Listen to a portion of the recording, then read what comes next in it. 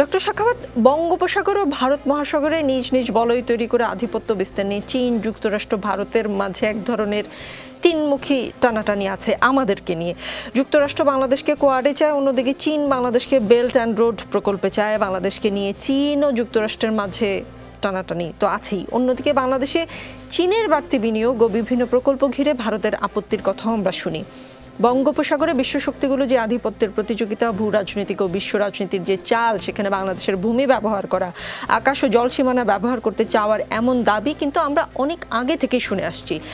হঠাৎ করে এখন এসব আবার সামনে আলোচনায় কেন আসছে? প্রধানমন্ত্রী স্বয়ং কেন এই ধরনের কথা বলছেন? আপনি কি পেছনে কোনো রাজনীতি দেখেন কিনা? প্রধানমন্ত্রী কেন বলেছেন সেটা তো আমার না, এটা মধ্যে এইবারে বলে নেই, এই গাড়ি করার কথা ইলেকশন আগে, জি নির্বাচনের আগে বলছি, কিন্তু এই সময় আবার বলাটা কেন? এখন কেন বলছেন যে তো আমার পক্ষে বলা সম্ভব না।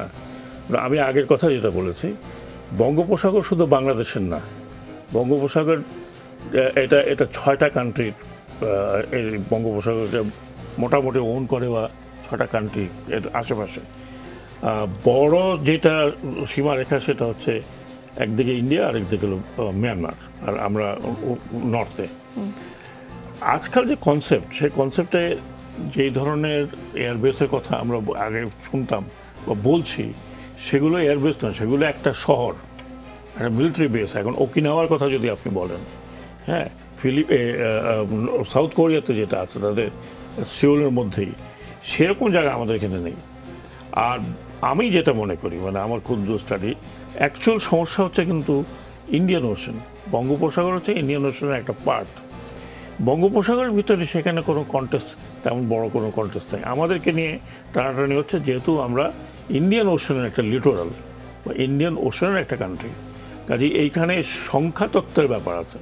আমরা কিন্তু বিআরআইতে ঢুকে আছি, বিআরআই দিয়ে আমাদের এই ইনফ্রাস্ট্রাকচার তৈরি হচ্ছে। কোয়াডের ব্যাপার, কোয়াড তো নয়, যেটা আইপিএস, ইভেন আইপিএস কিন্তু ইনডাইরেক্টলি এটা হচ্ছে চায়নার বিরুদ্ধে, যেটা আমাদের ফরেন পলিসি ডাজন্ট পারমিট। আমরা যদি এখন আইপিএসে চলে যাই, তাহলে এর সাথে আরও আনুষঙ্গিক ব্যাপারগুলো আছে, সেইগুলোতে আমাদেরকে ঢুকতে হবে।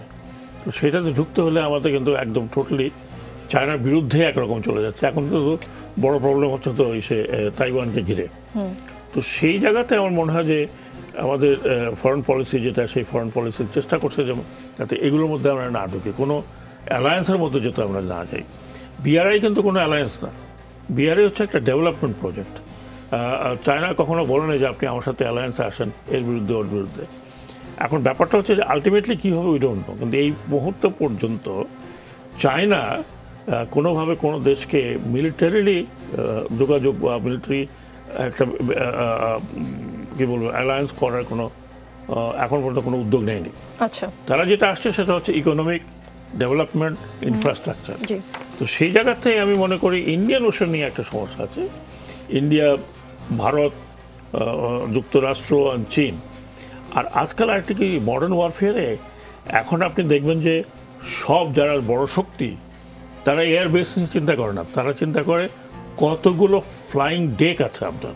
আচ্ছা, ওইটাই এয়ারবেস। আপনি 90টা 100টা এয়ারক্রাফট নিয়ে আপনি পুরো বহর নিয়ে বেরোচ্ছেন। সো ওই ফ্লাইং ডেকটাই এখন এয়ারবেসের কাজ করে। অতীতের মতো ওইরকম একটা এয়ারবেসের দরকার নেই। আচ্ছা।